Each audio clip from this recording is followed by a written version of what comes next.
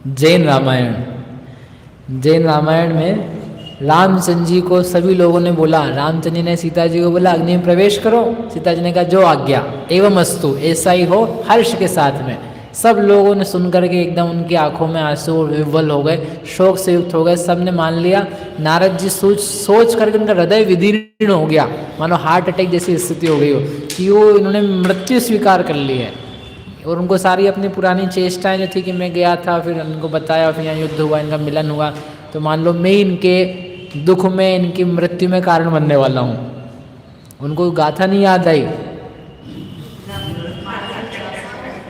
मार सकता नहीं हूँ, मेरे कारण नहीं मरता है, मेरे कारण नहीं जीता है, लेकिन वो सोच रहे हैं जो मरदी जो दुहिदो जायदी मम उदयेण मम कारण है, ऐसा सोच करके दुखी हो रहे थे, विदीर्ण हो रहा था उनका हृदय।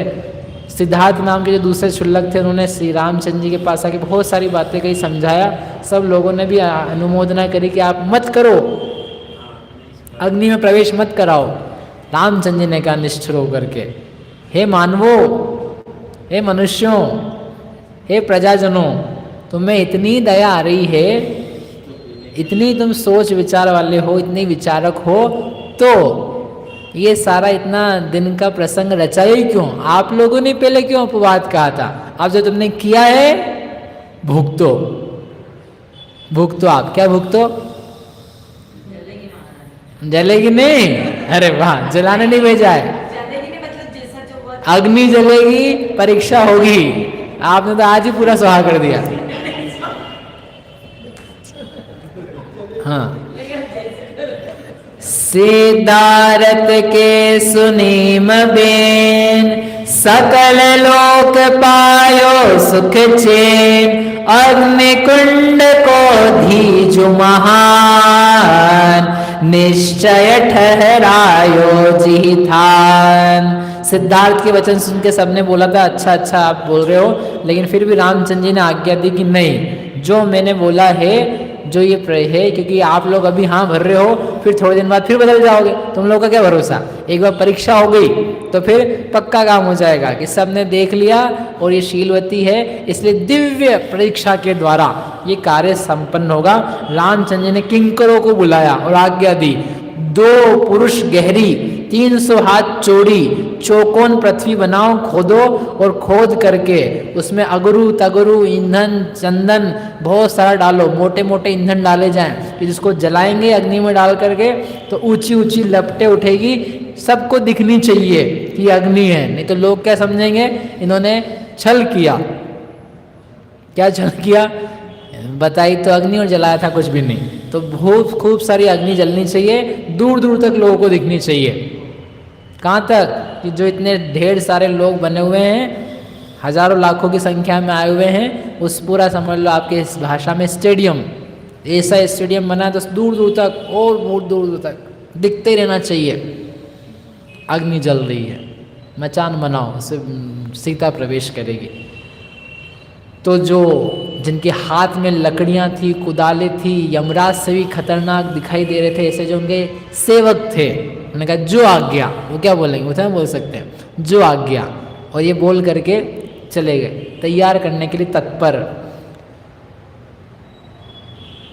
तबे राम की आज्ञा पाए, वन्य कुंड कीनो अधिकार, 2 पुरुष सम ऊंडो भयो, 30 हस्त के विस्तरी भयो। 2 पुरुष गहरी यानी डूब जाए उसमें, आदमी जल जाए अच्छे से, ईंधन भी जाए इतना सारा, जमीन पे अग्नि नहीं, खोद के लगाओ अग्नि, वापिका बना करके, चारों दिशा बराबर जानी, खेर काष्ट भरिए जिहियानी, तब ही तामे अग्नि लगाए, जाकी शिखा गगन में जाए। इतनी तेज अग्नि लगानी, इतना ईंधन भरना कि उसकी शिखाएं जो है वो आकाश को चूमे, आकाश के अंगन तक चली जाए। देखी खगा आकाश मझारी, भूचर भूमि विषय विस्तारी, कल कल शब्द अधिक जब भया, ताहि निशि शुभ कारण भया। और उसको खगा यानी विद्याधर आकाश में देख लें, भूमि गोचरी जमीन पे देख लें, इस प्रकार की अग्नि जलाने के लिए आप लोग तत्पर हो जाओ। वो लोग गए और जा करके पूरी तैयारी करने लगे। और लगभग तैयारी कितनी देर लगती, 2 पुरुष खोजने में, 2 पुरुष 10-20 भी लोग खोदेंगे, आधे घंटे में तो तैयार। लकड़ियां मंगाई, काष्ठ से पूरित करके पूरी की पूरी भर दी, और सीता जी की अग्नि परीक्षा होने के लिए तैयार हो चुके। उसी समय एक घटना और घटती है। क्या घटना घटती है? मुनि सकल भूषण वन माही, तप बल ते केवल उपजाही। श्रेणिक गौतम मुनि सो कयो, जानिश केवल तीन की मिलयो। श्रेणिक महाराज से गौतम स्वामी कहते हैं, एक और घटना ये हुई कि वो जो नगर का उद्यान था, महेंद्र नाम का उद्यान, अयोध्या से थोड़ा सा बाहर, तो उस उद्यान में सकल भूषण मुनिराज तपस्या कर रहे थे। और तपस्या करने के उपरांत उसी रात को विद्युत वक्त्रा नाम की एक राक्षसी थी, वो राक्षसी उनके ऊपर उपसर्ग कर रही थी। और उपसर्ग करते करते करते उन मुनिराज ने आत्म ध्यान में लीनता के द्वारा छपक श्रेणी पर आरोहण करके शुद्धोपयोग के प्रसाद से अपने निज आत्मा में लीन होकर के घातिया कर्म का क्षय कर दिया और अरहंत केवल ज्ञान पद को प्राप्त किया। बोलो सकल भूषण केवली भगवान की, केवल ज्ञान प्राप्त हो गया। तो वो राजा श्रेणिक ने महाराज से पूछा कि वो कौन विद्युत वक्त्रा थी, क्यों उपसर्ग कर रही थी, कैसा उपसर्ग कर रही थी? तो अच्छा आपको बताते हैं, सुनो। गौतम बांके सुनी अपार, भूपाल विजयारथ उत्तर दिशि सार।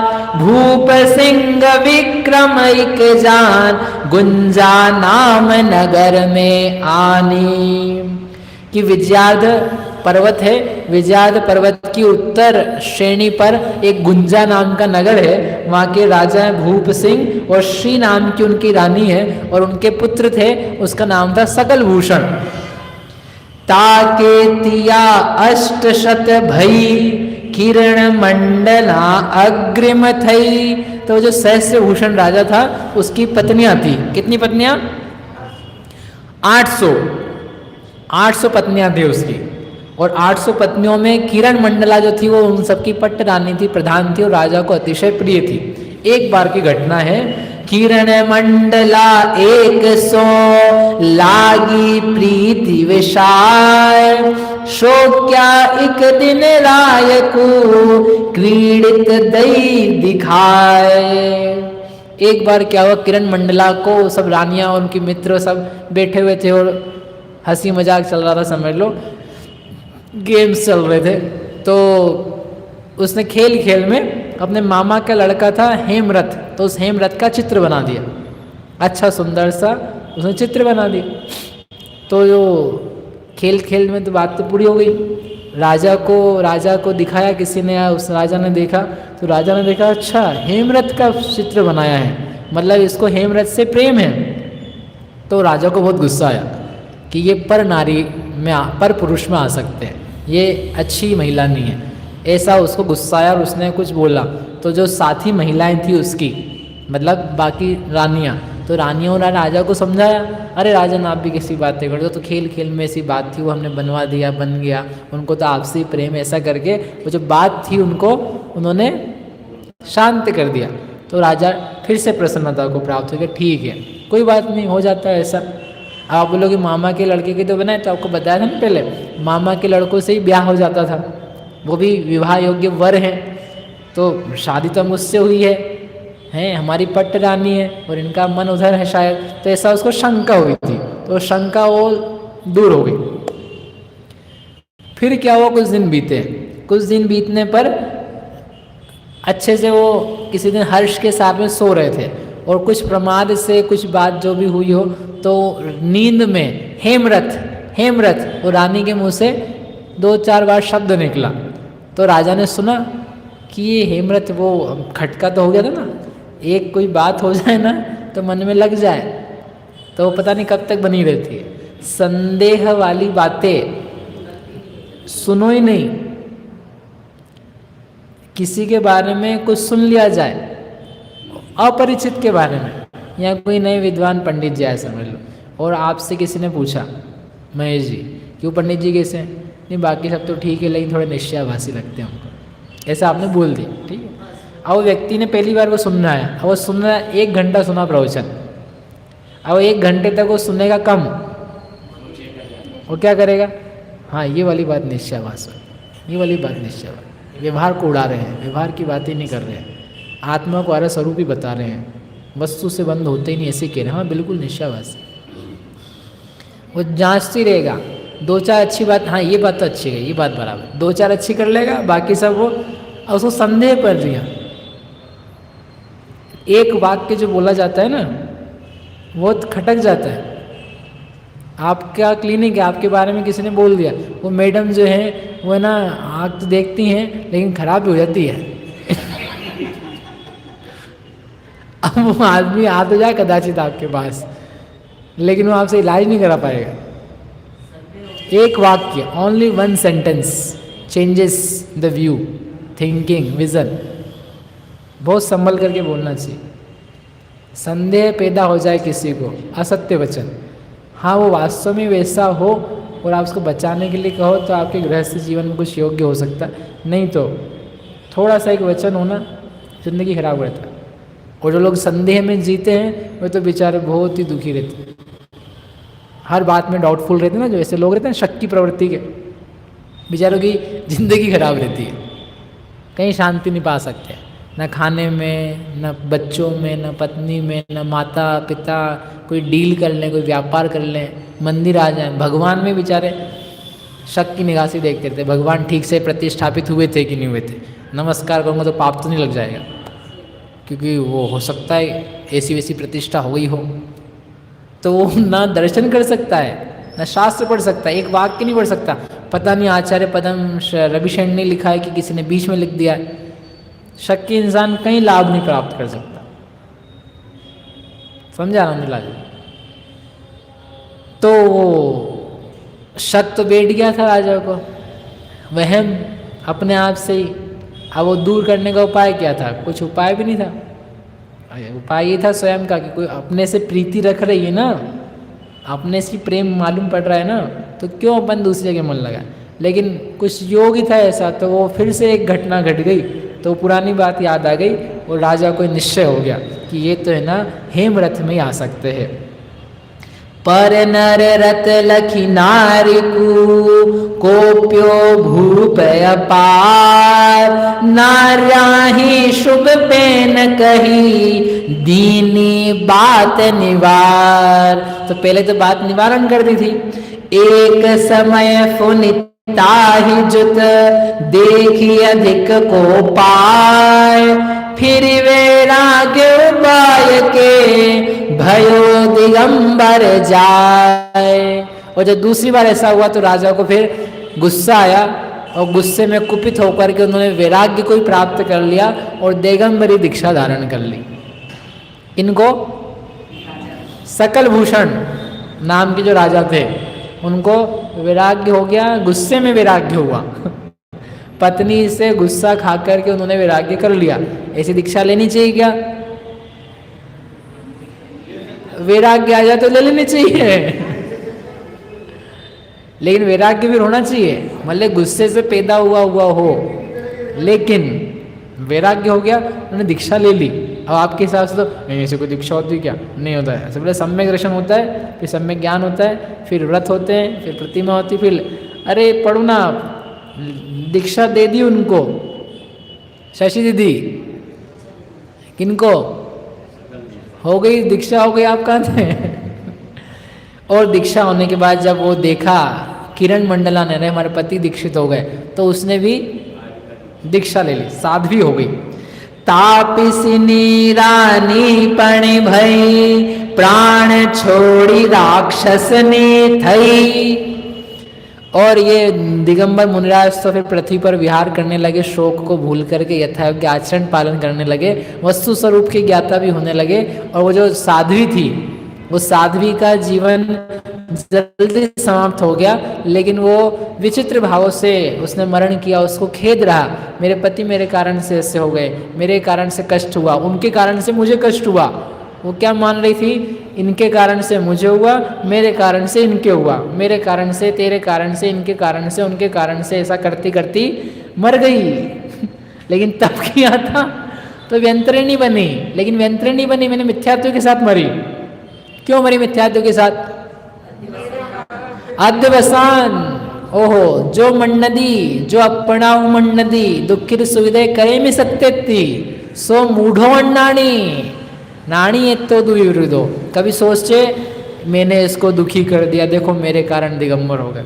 कभी सोचे इनके कारण से मैं दुखी हूँ, मेरे को वैराग्य का वेश धारण करना पड़ा, कहाँ मैं महल में रहती थी, तो तेरे कारण से लिया, मेरे कारण से तूने लिया। ऐसा सोचती सोचती वो साध्वी होकर के भी उसको क्या बनना पड़ा, व्यंतरी बनना पड़ा, राक्षसी बन गई। राक्षसनी यानी वो नहीं, राक्षसनी यानी व्यंतर जाति के जो 8 प्रकार है उसमें राक्षस प्रकार है। तो राक्षस की पत्नी राक्षसनी, पिशाचनी होती कि नहीं होती है? हाँ, अपने घरों की नहीं, मतलब वो देवताओं, पिशाचनी होती है। पिशाच की पत्नी पिशाचनी, यक्ष यक्षी। तो वो राक्षसनी बन गई। और राक्षसनी बन के जब उसने जाना कि अच्छा इनके कारण से मेरे को दुख मिला था, अब मैं बताती हूँ। बड़े दिगंबर बने थे, हम बताते हैं। कब हूँ सर्वभूषण मुनिराज फिरते थे जुवसन के काज, राक्षसनी गज बंधन तोड़ी ऋषि के सन्मुख दीनी छोड़ी। और वो राक्षसनी बार बार रोज मुनिराज के पास में आकर के कोई ना कोई प्रकार का उपद्रव, उपसर्ग, अंतराय का कार्य करती रहती थी। क्या क्या करती थी कि कभी कभी तो क्या करती थी, कभी जब वो आहार के लिए निकलते थे तो वो मत्त, हाथी को मत्त करवा करके छुड़वा देती थी। तो हाथी पगला सा होकर के रास्ते में निकलता था। अब रास्ते में निकले मुनिराज तो वापस लौटना पड़ता था, तो वो अंतराय हो गया उस दिन का, वो निकले चलेगा। कभी रज की वर्षा, रक्त की वर्षा करने लग जाती थी माया से, विक्रिया से। कभी रास्ते को पूरे कांटों से बिछा देती, चल ही नहीं सकुआ, पूरे ही पूरे कांटे बिछ गए, अब चलेंगे ऐसे अंतराय। कभी प्रतिमा योग से मुनिराज विराजमान रहते थे तो किसी के घर में दीवार तोड़ करके वहाँ सामान निकाल करके क्या करती थी, मुनिराज के पास ला के रख देती थी। और फिर खुद ही वेश बदल करके, और ये घर फूट गया, घर फूट गया, किसने ले गया, कहाँ ले गया, कौन ले गया, देखते हैं, चलो ढूंढे। और कहाँ पहुँच जाती थी वो मुनिराज का, ओ ये मुनिराज नहीं है, ये मुनि नहीं, ढोंगी है। तो जो लोग समझ से नहीं थे, परमार्थ से विमुक्त थे, उनको समझ करके अच्छा चोरी इन्होंने ही करी है, सामान यही रखा है, वो बैठे ऐसे हैं कि कुछ हो ही नहीं रहा, प्रतिमा ऐसे विराजमान थे। तो उनको फिर दुत्कारते थे, अनादर करते थे, और वो करके फिर छोड़ देते थे उनको, तो कुछ बोल नहीं रहा है, जाने दो इसको, ऐसे करते थे। कभी आहार करने निकलते थे और आहार कर रहे हैं जिस घर में, और जब बाहर जा रहे हैं वापस आहार करके, तो जिसके आहार किया उसके गले का हार निकाल करके इनके गले में पहना देती थी। और ये चोर हैं, इन्होंने आहार लिया और देखो गले में हार ही पहन के जा रहे हैं, ये चोर हैं, हो अल्लाह करके लोगों को इकट्ठा कर लेती थी। सोचो कैसे कैसे लिखे हैं, कैसे कैसे उपसर्ग हो सकते हैं बिना बात के। लेकिन अध्यवसान स्वयं का किया हुआ, मैं इससे दुखी, ये मेरी स्त्री, मेरे को इससे ही होना था, प्रेम सुख होना था, इस प्रकार का विपरीत अध्यवसान किया है, तो उसके फल में सब कुछ आता है। एक दूसरे को अपन कितना क्या क्या मानते हैं, वो सब कहाँ कहाँ पहुँच के बातें निकलती है, सोच भी नहीं सकते अपन। सोचो मुनिराज के ऊपर बार बार ये चोर हैं, ये डाकू हैं, ये परिस्त्री के हार को लेने वाले हैं, कभी रास्ते में कांटे आ जाएं, कभी क्या हो जाए, ऐसे करके कभी चोर कहलवाती, कभी कुछ करती। निर्वेद परिणाम से, संसार के भय से दूर होकर के नाना प्रकार के एक से बढ़कर के एक उपसर्ग करती रहती थी। आए दिन की बात थी। धन्य वे मुनिराज कि ऐसे समय में भी वो समता नहीं छोड़ते थे। नहीं तो कोई चोर सिद्ध कर दे आपको, अब आप बताओ क्या करोगे। जैसे आप यहाँ आ रहे मंदिर और हमने कह दिया ये ना आपने चौकी या कोई सामान या 10 रुपये रखे थे उठा के ले ली, तुम चोर हो। अब तुम चोर हो ऐसा हमने बोल दिया, हमने या किसी ने, आप बताओ मंदिर अब कब आओगे वापस? इस मंदिर की बात नहीं कर रहे हम। अब तुम जैन मंदिर नहीं जाओ, तुम्हारी ऐसी स्थिति है। एक सज्जन है, तो उस सज्जन के ऊपर मंदिर के ट्रस्टियों ने कुछ आरोप लगा दिया, कुछ बात हो गई, कह दिया। अब वो व्यक्ति सालों गुजर गए, 5 साल, फिर भी ना वो मंदिर आने तैयार, ना उसके मन में भाव आए। बोले मंदिर के कारण से मेरा सब कुछ बिगड़ गया। तो ना वो उस मंदिर जाए, ना दूसरे मंदिर जाए, ना लोगों से मिले। एक जरा सी बात। और यहाँ कह रहे वो मुनिराज साधु, उनके ऊपर चोर डकैत व्यभिचारी सारे प्रकार के नाना प्रकार के उपद्रव हो रहे हैं, और फिर भी उन्होंने दीक्षा नहीं छोड़ी, फिर भी उन्होंने समता नहीं छोड़ी। मतलब वो किस भाव से निकले थे, वो भाव कब मिट गया, वो गुस्सा वाला भाव वो कब चला गया, और कब वो वास्तव में मुनि बन गए, आपने को पता भी नहीं चला इतने दिन। अपन सोच रहे थे दीक्षा अच्छी नहीं हुई उनकी, ऐसे दीक्षा थोड़ा लेते हैं, वो तो रत्नात्रय से मंडित हो गए। अभी थोड़ी देर में तो केवल ज्ञान होने वाला है। मतलब हमारी दृष्टिकोण कैसे रहते हैं, मतलब बहुत सारी शिक्षा वास्तव में कि मुनि होने पर ऐसे उपद्रव आ सकते हैं, आपको अदर्शन परीक्षा जीतनी होगी। मुनि होने पर विपरीत परिणामों से भी दीक्षा ली थी, फिर भी किस प्रकार से व्यक्ति बदल जाता है। तो इसलिए किसी के वैराग्य दीक्षा को देख करके उंगली नहीं उठाओ कि कैसे दीक्षा ले रहे हैं, ऐसे कोई दीक्षा होती है क्या। प्रसन्न हो देख करके, उत्तम ही निकलेगा कोई तो, उसमें सभी उत्तम निकले, ऐसी भावना भाव। ऐसा करके वो दिन रात एक से बढ़कर के एक उपसर्ग करती थी। अरुइम कहत जही जिही बार, इह तस कर गहल्यो तत्कार। ऐसे राक्षसनी अघ भरी, मुनि को बहुविध पीड़ा करी। इस प्रकार से बहुत प्रकार से उनको पीड़ा देने में रोज आती थी, रोज हैरान होती थी और रोज हैरान करती थी। लेकिन वो हैरान नहीं होते थे। क्यों नहीं होते थे? क्यों नहीं होते थे? णय वत्थु दोदु बंधो, णय वत्थु दोदु दुखो, णय वत्थु दोदु सुखो, अज वसाणेन बंधो सुखो दुखोत्ति। अध्यवसान से रहित थे, इसलिए वो न बंध को प्राप्त होते थे न दुख को प्राप्त होते थे।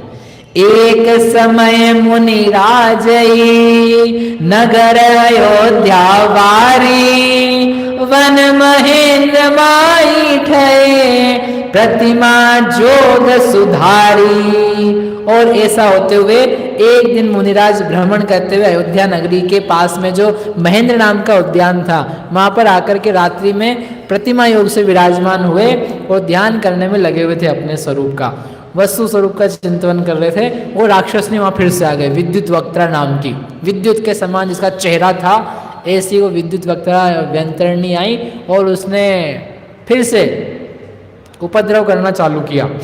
पूरब बेर थकी किए, सुरी उपद्रव जोरी, व्याघ्र सिंह गज उरग बनी, वेतालादि बहोरी। वेताल का रूप धारण करके अट्टहास लगाते हुए नरमुंड के बिन मुंड दिखाए, व्याघ्र, शेर, चीता, सर्प, अजगर, उनकी आवाजें, कभी स्त्रियों से भरे हुआ कोई अनेक प्रकार का रूप, ऐसे सब दिखा के जो जो उसको मन पड़ रहा था, नाना प्रकार का उपसर्ग निरंतर वो कर रही थी। लेकिन वो जो मुनिराज थे, तो पणि धीर धरे मुनिराज, चलते नाही भये तजकाज, शुक्ल ध्यान ध्यायो मुनिराज, चारु घाति करम क्षय दाय। इतना सब होने पर भी वे धैर्य के धारक मुनिराज, 3 गुप्ती में गुप्त रहने वाले, वे उन उपसर्गों से क्षुब्ध नहीं हुए, चलित नहीं हुए, वो शांत बने रहे, वस्तु स्वरूप के विचार में लगे रहे, कर्म के उदय का विचार करते रहे, अपने आत्मा के लीनता का पुरुषार्थ पुनः पुनः होता रहा और ऐसे करते करते उस अवस्था को प्राप्त करने में सन्मुख हो गए। अधः प्रवृत्त करण, अपूर्व करण, अनिवृत्ति करण, क्षपक गुण स्थान, सूक्ष्म सांप्राय रूप अपूर्व विशुद्धि को प्राप्त करके मोहनी कर्म का क्या कर दिया, क्षय कर दिया।